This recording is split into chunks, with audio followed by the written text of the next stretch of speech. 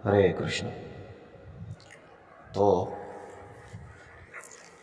कृष्ण ये जो दो शब्द है ये वास्तविक सब कुछ आकर्षित करते हैं। इस नाम का परिभाषा कहते हुए कहा गया है कृषि भूवाच्य तो शब्दों नश्च निवृत्तिवाचकः। इसका अर्थ क्या है? कृषि भूवाच्य, तो कृष का अर्थ है, ये भूवाच्य शब्द है। कृषि का संबंध जमीन से होता है, धरणी से होता है। तो जिस प्रकार धरणी सब कुछ आकर्षित करती है, कुछ भी अगर आप छोड़ दो तो धरणी की तरफ आकर्षित होता है। तो जिस प्रकार धरणी सब कुछ आकर्षित करती है, वैसे ही कृष शब्द से ये प्रतीत होता है कि भगवान का नाम सब कुछ आकर्षित करता है।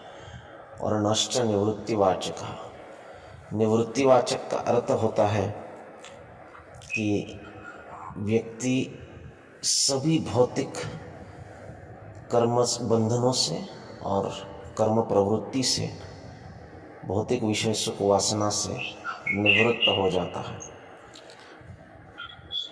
तो निवृत्तिवाचक का अर्थ है कि ही becomes completely free from all material bondage. तो इस प्रकार आप देखोगे तो भगवान का नाम हमें ना केवल कर्मों से, कर्म बंधनों से, परंतु कर्म करने की प्रवृत्ति से मुक्त कराता है। और कई भक्तों का अनुभव है कि वो जब भजन में लग जाते हैं तो बाकी कुछ करने की इच्छा नहीं रह पाती। बहुत बार भक्त हमसे कहते हैं कि प्रभु जी, जब हम मंगल आरती आते हैं, मॉर्निंग प्रोग्राम करते हैं रेगुलर, या फिर एक दो दिन भी अगर करेंगे तो फिर दिन में और कुछ करने की इच्छा ही नहीं रह जाती। तो हम काम धंधा कैसे करें, हम हमारा जो उदर निर्वाह का साधन है उसको कैसे पूर्ण करें। तो यह अनुभव एक सामान्य व्यक्ति को भी आता है। और वास्तव में भगवान का नाम जो है वो इसी प्रकार से एक प्रभाव डालता है। जीव को कर्मबंधन से मुक्त होने की चाह रखनी चाहिए, लेकिन वो रख नहीं पाता है, वो उससे मुक्त हो नहीं पाता है। बहुत बार ऐसा पूछा जाता है कि प्रभु जी, हम ये कैसे अपने आप को सरेंडर करें, हम अपने कार्यकलाप से कैसे मुक्त हो जाए। तो प्रथम प्रश्न ये उठता है कि वास्तविक क्या हमें मुक्त होने की इच्छा है? अगर मुक्त होने की इच्छा है तो उसमें से मार्ग निकाला जा सकता है। भगवान का नाम हमारे भौतिक प्रवृत्ति को कम करता है, लेकिन अगर हम हमारी भौतिक प्रवृत्ति भगवान की सेवा के लिए कर रहे हैं तो उसमें अपने आप को फोर्स करना ये बहुत कोई पेनफुल काम नहीं होगा, बहुत कोई विरोधाभास नहीं होता। बहुत बार ऐसा लगता है कि आध्यात्मिक और भौतिक जीवन में विरोधाभासी है। ये तब विरोधाभासी हो जाता है जब हम दो जीवन जीने का प्रयास करते हैं।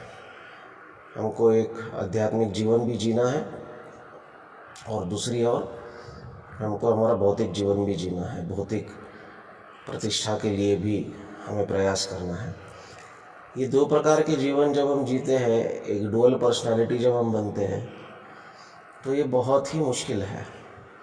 तो आइदर आप देखोगे कभी आप बहुत ज़्यादा भौतिक जीवन में लग जाओगे, या फिर कभी बहुत आध्यात्मिक हो जाओगे तो भौतिक जीवन आपका कॉम्प्रोमाइज़ हो जाएगा। ये दोनों ही हमारी व्यक्तिमत्व जो है, ये अगर हम एक कर पाए, इसका अर्थ है कि हमारी जो भौतिक वृत्ति है या भौतिक अर्थार्जन का भौतिक साधन है, जो भी हमारा उदर निर्वाह का साधन है, उसे हम भगवान की सेवा के लिए करें। अर्थात जो भी अर्थार्जन करते हैं उसे हम भगवान की सेवा में लगाए किसी न किसी रूप से, तो ये सहज शक्य है, बहुत सहज शक्य है।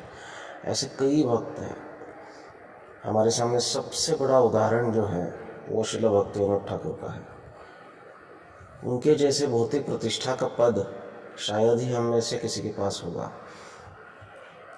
उनके पास बहुत बड़ा पद था, और ये आज का, जब ब्रिटिशर्स का राज्य था तो उनके राज्य का ये पद था, और इसलिए ये हम समझ सकते हैं कि बहुत जिम्मेदारी का पद होते हुए भी किस प्रकार से वो भजन किए, इसको देखना बहुत आवश्यक है। भौतिक जीवन को, भौतिक प्रतिष्ठा को भगवान की सेवा में लगाना चाहिए। हमारे भौतिक अहंकार को, भौतिक स्वभाव को भगवान की सेवा में लगाना चाहिए। यही भागवत धर्म है। भागवत धर्म हमें कुछ छोड़ने के लिए नहीं कहता है, लेकिन भगवान का नाम हमसे सब कुछ छुड़ाता है। तो कर्म को कर्म योग में परिवर्तित करना चाहिए। कर्म और कर्मयोग में अंतर क्या है? कर्म स्व इंद्रिय प्रीति के लिए किया जाता है, और कर्म योग जो है ये कृष्णेंद्रिय प्रीति के लिए किया जाता है। अगर हम कर्म को कर्म योग में परिवर्तित करने की कला सीख जाए तो फिर हमें निवृत्त होने की आवश्यकता नहीं है। वास्तविक हम और अधिक प्रवृत्त हो जाएंगे, क्योंकि हमारी भौतिक वृत्ति यही भक्ति का साधन बनेगी, और जब ये भक्ति का साधन बनेगी तो हमें और प्रवृत्त करेगी अपने और ये प्रवृत्ति भी आनंददायी होगी। ऐसा नहीं होगा कि हमें हमारा आध्यात्मिक और भौतिक जीवन विरोधाभासी या कॉन्ट्राडिक्टरी लगेगा। तो इसलिए आवश्यक है कि भक्ति के इस व्यवहारिक मार्ग को सीखना चाहिए। बहुत बार भक्त पूछते हैं कि हम अपने आप को पूरी तरह समर्पित कैसे करें। हमारे पास जिम्मेदारियां हैं, हमारे ऊपर कई सारी परिवार की जिम्मेदारियां हैं, परिवार है, अर्थार्जन की जिम्मेदारी है, और नाते संबंधों को निभाने की जिम्मेदारी है।